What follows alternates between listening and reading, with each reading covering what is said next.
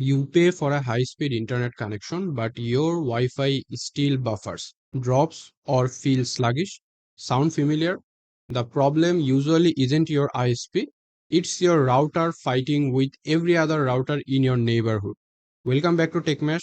Today I'm going to show you exactly how to analyze your network, find the empty channels, and fix your Wi-Fi overlapping to get the optimum speed and stability you are actually paying for. To fix this, we need to see the invisible. Head over to the Play Store, and in Play Store, you mainly need to download an app called Wi-Fi Analyzer. It's completely free and shows you exactly what's happening in the airwaves around you. Okay, just search for Wi-Fi Analyzer. So this is the app. I will also put it in the description below. So this app is mainly available in Google Play Store. And if you are on your iOS, then if I find a app similar app for this for the iOS, then I will also put it in the description below. All right. So I am showing it with my Android phone. So let's open this. So you mainly need to allow it permission of the location. Once you open the app, go to the channel graph. This looks chaotic, but it's actually very simple. Every curve you see is a different Wi-Fi network. Your router uses the 2.4 GHz band, which is divided into channels, usually from channel 1 to 13. So here you can see at the bottom. Think of this channel like lanes on a highway. So let me show you that this is my Wi-Fi mesh, and this is on 2.4 GHz. And here you can see at the top like 2.4, 5 GHz. So if I show you in 5 GHz, so this is the band on 5 GHz, and here is another one for 6 gigahertz, but none of the 6 gigahertz is showing up here. So we mainly need to first we will go to the 2.4 gigahertz. If your router is on the same channel as your neighbors, it's like driving in a traffic jam. Even worse is overlapping. When networks are adjacent channels, say 2 and 4, they cause heavy interference. Traditionally, channels 1, 6, and 11 are recommended because they don't overlap with each other. But here is the secret. You don't have to use 1, 6, or 11. You need to look at your app to find the lane that is completely empty beside you. So here you can see I am like in the worst possible scenario here, because you can see that my Wi-Fi and there are lots of 2.4 gigahertz Wi-Fi available around my house. So this is a problem here. So if you just go to the next section, this is the time graph, and in the next section this is the base channel. So here this software would recommend some channels for your like Wi-Fi, but it changes rapidly. But you can like observe a trend here. Like here you can see like channel 13, 12, 14, and 11. So in constant, in my case 11 is showing up, that it might be a good like channel here. So you can also see the strength of other Wi-Fi's around you. So this is my Wi-Fi mesh, and I can also see what other Wi-Fi's are using, what channels they are currently on, and their strength as well.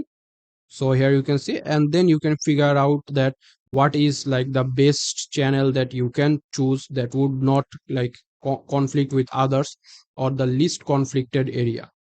So here you can see in my case like it is completely a mess. All right, so here you can see that like I have selected the channel 1 previously, but channel 11 is saying like would be a good option for me as well. So I will show you that now how we can change it. All right, so to change your Wi-Fi channel and channel width, so let me show you. You mainly need to like here go to your browser, and you also obviously need to connect to your Wi-Fi, and then just search for 192.168.0.1, and then just go here. It would log in you to your router's settings page, so just click to continue. So I am using a TP-Link router, so it is saying not safe because like it doesn't have an HTTPS, but do not worry about it. Let's tap on proceed. You mainly need to put the password of your router. So typically the router password would be written at the bottom of your router. If you don't know it yet, you can check your router's bottom and then you can find out the Wi-Fi password. and also this link address might be different for you, and it would also be available at the bottom of your router's sticker. So we are now in our routers page, and I am using a TP-Link router, and we are moving to the advanced tab here, and then we may need to go to wireless and then go to wireless settings.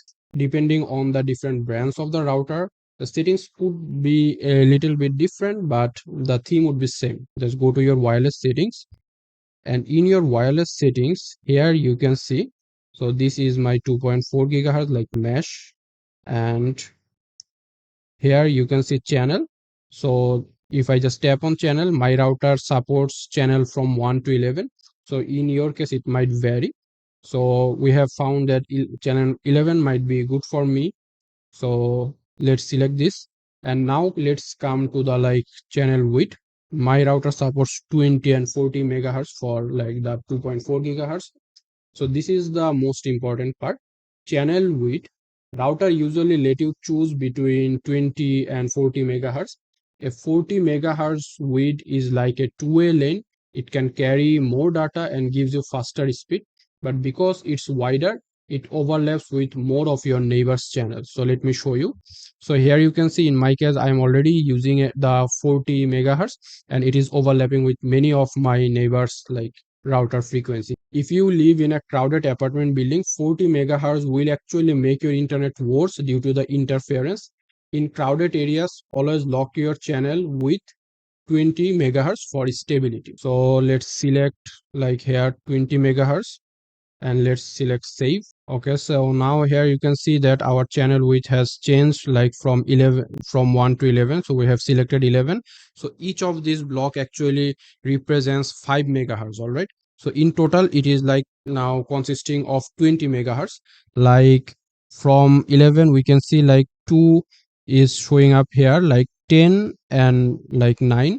So this is like 10, and then here at the right side of the 11 you can also see another 10 like 12 and 13.